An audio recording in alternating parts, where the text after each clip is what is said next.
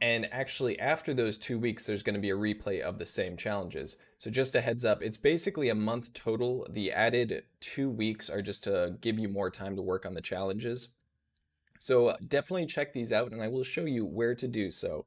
If you want to join the daily creative challenges, check them out at behance.net/challenge/Photoshop.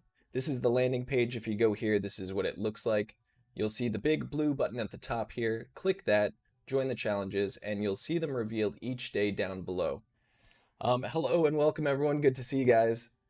Sean, Cody Bear, Biola, Steve, Andreas, Frank, Paco's in the chat, Ferry, Norsh. Good to see everyone, all the familiar faces.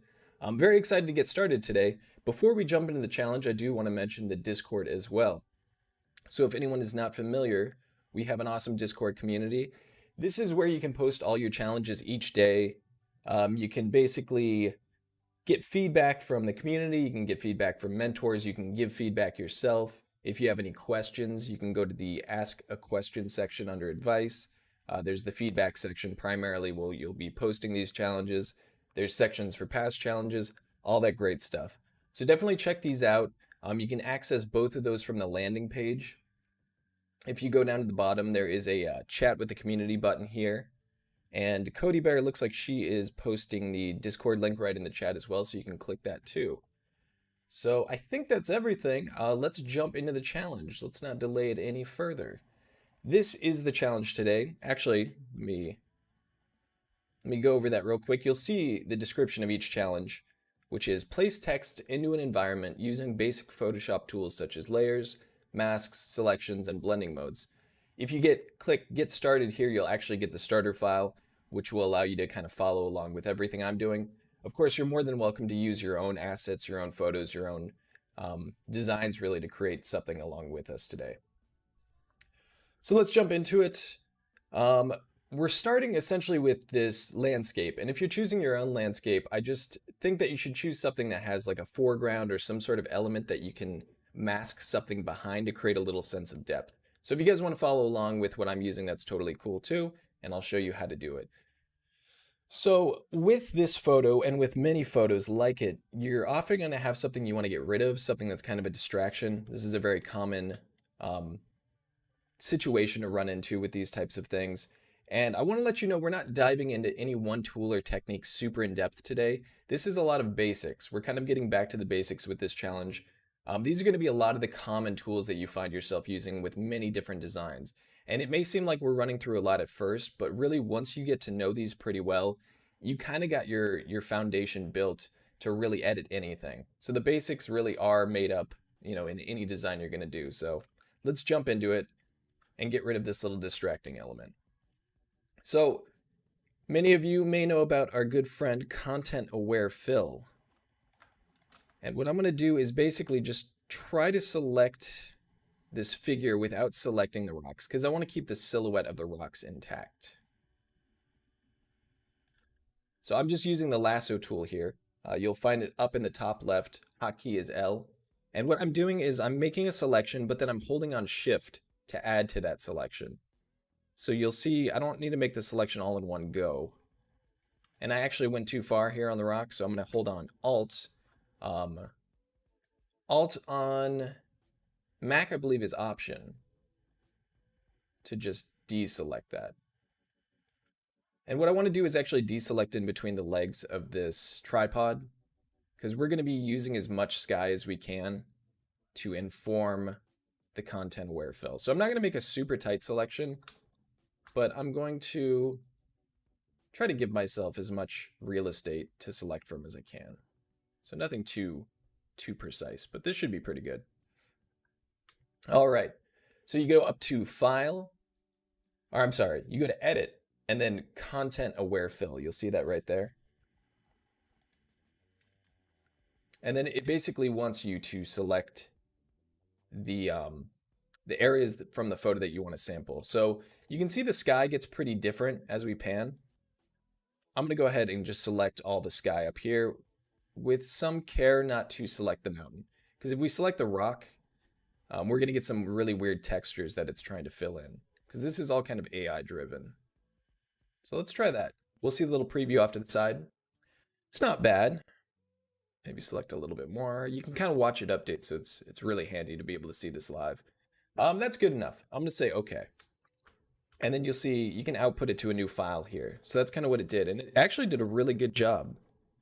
We can kind of select that on and off. You know, there's a little seam there, but oftentimes what I do and what people do with these AI-driven tools that Photoshop has is you use that to get the bulk of it. Because this filled in a lot of stuff that if we were doing that manually, it'd be a lot of work. Now it's not perfect. You want to fine tune it and tweak it, but the AI-driven tool, content aware fill in this case, gets you like 80-90% of the way there. So I'm actually going to Control J my layer. Let me move my head out of the way there. Control J my background. I like to back up layers. I'm gonna merge these two. So we got that one. Now what you can do to fill it in if you want to get a little bit more precise, we're gonna be pretty quick about this, but the patch tool is great for that. These seams here, you can select this with the patch tool and then just kind of click and drag to a similar area. I'm going to Control D to deselect, and that looks pretty good to me. Another thing you can do, let's try the patch tool down here. See how that does. It's not bad. So you can do a lot with that. The spot healing brush tool is another great one that I really like. It's kind of an AI driven thing where you can always Control Z if you don't like it, but it patches up little irregular areas. There's a little seam here. See that? It's pretty accurate and good to easy to get rid of. Now there's this part right here that's at the seam. I actually may use the stamp brush for this. Or sorry, I'm the clone brush rather.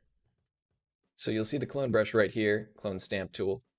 And if you use Alt or Option to select a part of the image, it'll sample from there. So I'm actually going to sample from this rock because it's at the same angle. And go right down there. Let's try that again. Maybe we'll make the brush larger, get some sky in there. And that actually looks pretty decent. Now we have this part that we could do the same to, but I don't want to spend too long just doing content aware fill and object removal. One thing though, before we move on, is I want to get this little tripod leg that we almost missed. For this one, you can use a lot of things. All those tools I use are all valid, but I'm going to go ahead and try the patch tool. That one was working pretty well for me. Now it's sampled a little bit of the sky there. Let's bring it down. Or I guess it's just kind of feathering that edge. Let me try if I do it from down here. It's not bad, and I can kind of use the clone stamp to clean up that edge or whatever tool seems to work best. But that's looking pretty good. So the point is we just used a lot of different tools, all for the same purpose, but for slightly different circumstances. So play around with these tools. Once you kind of learn the basics of them, you'll kind of get an idea of what tool is good for what situation. But they all kind of had their own strength in that situation. So a lot of good tools for masking like that, for selecting, for replacing. Velder says patch tool is incredible. Yeah, I actually didn't really use the patch tool up until, I don't know, maybe the past year or so, but there's a lot of really great tools, and patch one, it can do a lot of work really quickly. So the next step I want to do, let me see here.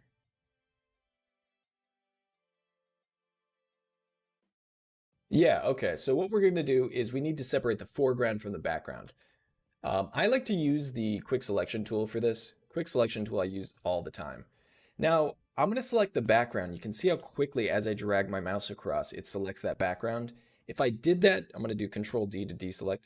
If I did that for the foreground, there's so much texture, it's a little bit more difficult. So what I'm going to do is go to the foreground, I'm sorry, the background with the quick selection tool, and just grab all this. And it does it pretty quick. I love the quick selection tool because it's actually pretty smart.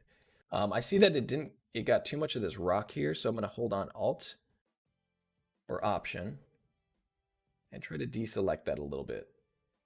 Now this area for my circumstance or for my situation won't matter too much, but if I want to edit this landscape later, it's good to have a decent selection.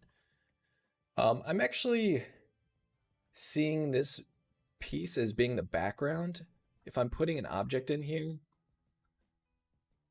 I think I want to have that landscape not involved in it because it's further off. It's not at the same depth. And that's looking pretty good.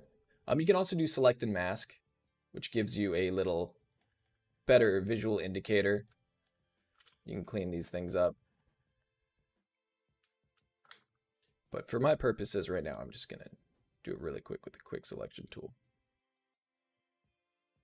All right. Now you can spend as long as you want, clean these things up. But I think this is good enough for now. I can always go back and edit the mask, which is the great thing. Robert, Dorina, Susan, hello everyone in chat. Sean, Jan, I think I said hi to Sean. Stony, hello, hello. So let's go ahead and mask this out. But I selected the background, as you may remember. So what I'm going to do is click Control-Shift-I, and that inverses the selection. You can also go to Select Inverse. And I'm going to hit this little button down at the bottom. Actually, I think it may not be displaying on my screen. I'll have to fix that. But it's the little rectangle with the circle in it. If you hover over it, it'll say Add Layer Mask. Click that. And now, actually, before I do that, let's go ahead and do the layer mask. I'll do Control-J to duplicate that. And delete the layer mask on the duplicate. So now we have our foreground. I'm going to make this more clear. It's very difficult to see this, but I'm going to do Control-Shift-N, and I'm just going to do a layer with like purple or something that makes it easy to see. Now, if we put this below our foreground, now you can see that the foreground is separated. And now this is going to act as our background. So I'm going to actually label these because I get confused if I don't label my layers. I don't know if anyone in chat names and groups their layers, but I highly recommend it. Once you start getting a lot of layers, it helps to do it early on. So I'm going to lock that purple layer, and I'm going to call our masked foreground just foreground. There we go. So now I know this is in between the two, and that helps me. All right, so what I want to do next is create some text so we can get a little bit of depth in here. Hey, Tim, good to see you. Umacorn, hello. All right, so I'm going to select the text tool, and I'm just going to type in, let's do daily creative challenge. I'm going to go ahead and make that just black text, easier to see. You can click the little box up here to change the color, and you use the move tool to bring it in. Now, if we take this and bring it below the foreground layer, that's where we start to get that sense of depth.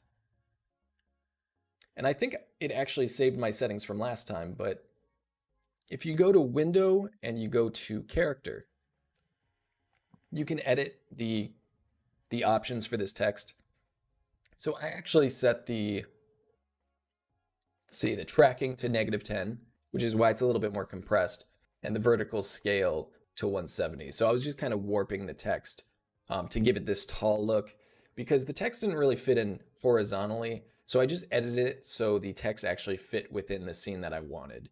So you can do that if you need to adjust anything, try different fonts, and see what works for you.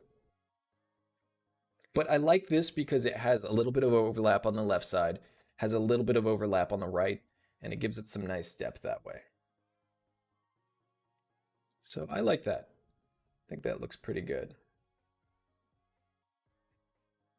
All right, so now what I want to do is, I don't know, put something on here, maybe a texture that looks a little bit cooler than just black text. So if you want to do something, you can really find like any texture or color or whatever you want to do, but I thought a sunset could be neat. We have a sunset scene here, but I thought it'd be cool to add one into the text as well. Now, if you open a file in Photoshop, what I like to do to bring it over, I mean, you can click and drag the layer onto the tab, but I just do Control-A or Command-A, Control or Command-C, and then I bring it over into my document here. So that's what we have. And actually, I want to leave this. It's bigger than my document, but this works because this is going to be going over the text. So we need that horizontal length. So I'm going to right-click the layer, do Create Clipping Mask. Whoops, I clipped it to my environment. So I'm going to Control-Z, bring my sunset down on top of my text. Now, if you're not familiar with clipping masks, essentially what it does is it clips that layer to the layer below so you can only see the visibility of the clipped layer on the shape that is down below. In this case, our shape is text. So it's only going to be clipped to this text shape. Now, if I paint it in, it would be clipped to that paint shape or whatever I create. But clipping masks are super useful if anyone's not familiar with them. Now I can kind of play around with this. I can move it up or down. I kind of like this because honestly, it reminds me of like an 80s action movie. I feel like this has got to be like a Rambo font or something right here with the sun. But what I'm going to do, and this isn't really realistic, but I don't care. I'm just going to squish it. And I'm holding on shift and I'm selecting the top middle piece and I'm just bringing it down. So it's just scaling it uniformly down and not, not uniformly down. It's squishing it rather than a uniform scale. Because I want some of those clouds in there. I like the blue and the orange. It's kind of neat. So I'm going to do that. I think that looks pretty good. Clipping masks, yeah. Clipping masks are bread and butter. Actually, a lot of these things are like bread and butter. That's why it's kind of back to basics. Like these are all tools that I hope it's clear enough if you go back and watch the video again, if anyone's new and you're kind of confused. But these are all things that you're going to be using all the time. So it's good to kind of get a little bit of an introduction to them so you at least are aware of them. And the more you use them, the more comfortable you'll get. All right, so next up, what I want to do is maybe make the text pop off the background. This is something you're going to hear me talk about a lot, and this isn't a Photoshop or software technique thing, but it's like kind of an artistic thing that you're looking for, is contrast.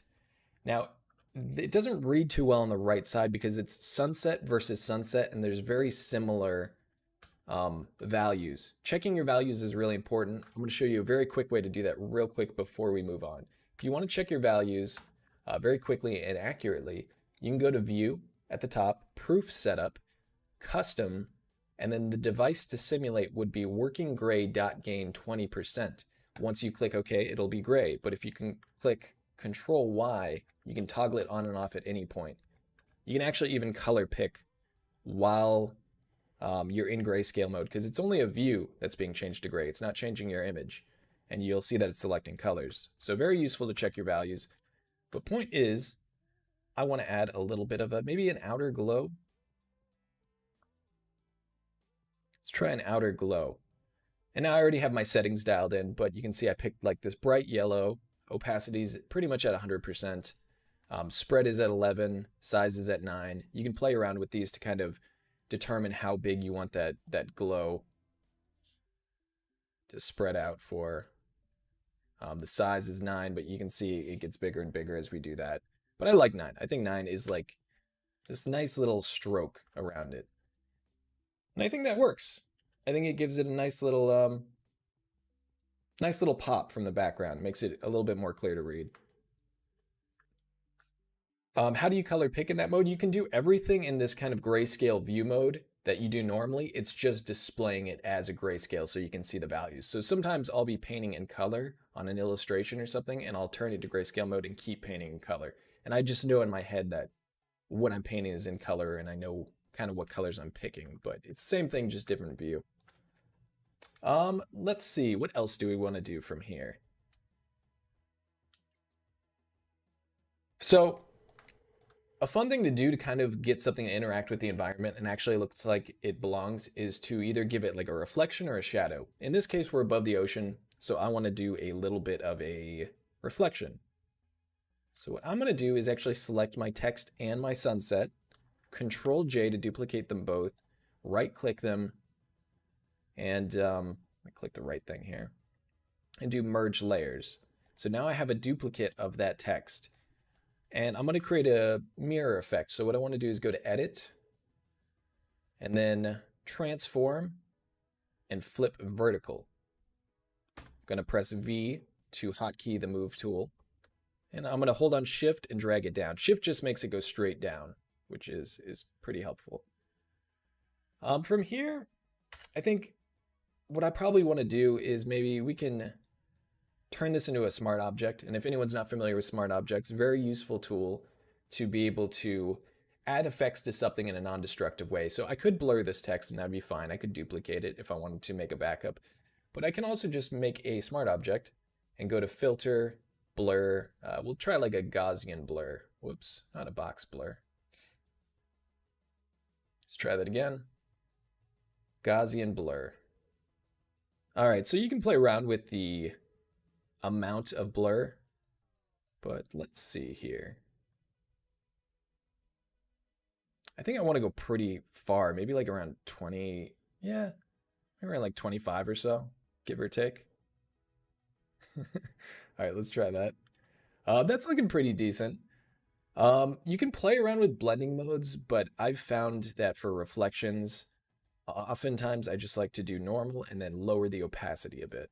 So the opacity lowering is going to show some information and texture and color from the background. Maybe around 60. It's not too bad.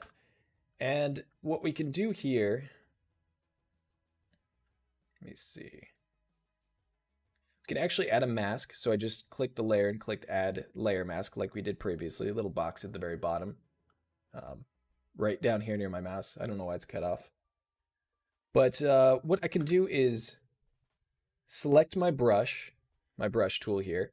I'm going to black because when you're painting on a mask, it's white reveals, black conceals. So we want to conceal some of this. So I got a big airbrush here. It's just a soft round brush. Really low opacity. I got it at like 17%. Let's try that. So what I can do is I can just kind of swipe down at the bottom. I can even hold shift if I want really horizontal strokes. And I could probably mask it out of this landscape more controlled with the selection tools like we did earlier, but I'm just going to do a quick and messy way, because it wouldn't be reflecting off the landscape. So I'll just cheat that one. There we got a little reflection. Really quick, if we want to do the same thing with a shadow, if you're putting it on like a, I don't know, concrete floor, really any hard surface, what you can do is duplicate those same things just like we did, merge them just like we did. This is going to be our shadow. Same thing, we go to edit, transform, flip vertical. And what I'm going to do here is actually lock the transparencies. This is kind of a quick way, but this little checkerboard button, it's essentially a clipping mask effect. You can't paint outside, or you can't affect outside the shape that already exists. So I'm going to choose like a dark blue, very desaturated blue, and crank my opacity up on my brush all the way to 100, and just basically paint over it until it's solid. You could try to use the fill bucket, but since it's textured, this is a little quicker. So what you can do here, let's turn the reflection off. What you can do here is you can do the same thing. You can go to blur. Usually I'd make this a smart object first, but oh, whoops, I'm blurring my sunset. Or am I? Oh, whoops, I think it's because I locked transparencies. Let's try that again. There we go, Gaussian blur. Maybe not as much as the reflection, but this is what you can do. You can hold on Control, and you can click the middle piece here, and it allows you to basically free transform it. See how it instantly gives you kind of a perspective effect? Because we have the sunset in the back right, maybe the shadow would look a little like this. And you can kind of angle it so it looks like it fits the perspective and plane of the ground. So for us, maybe like that. I like to use a multiply for shadows, and we can always ease off the opacity and control that. Now you'd want to mask this behind the text, but that's just a quick little way to do a shadow. But let's stick with our reflection because that's relevant for this challenge here. What is next? We got the reflection here. I think that's more or less it. We're actually just about out of time. Let's see, we're 50 or 24, 25 just about. I don't want to go over. But what I want to talk about is contrast. So these are going to be my last words to everyone. Is if you want to take this a step further, if anyone's watching the replay, I'm going to give you an extra challenge. If you're doing these, you know, the 2 extra weeks after the live ones, or if anyone wants to just take it a step further. But really focusing on contrast and how to draw attention to your focal point is something that I'm challenging you to work on if you want to go that extra mile. So in this scene, I don't like how saturated the foreground is because that orange, that yellow is competing with the warmth of the text.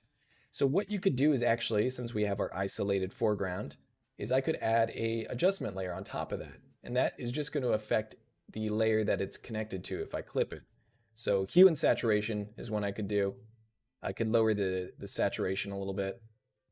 I'm going to right click that and do create clipping mask so it clips it only to the foreground.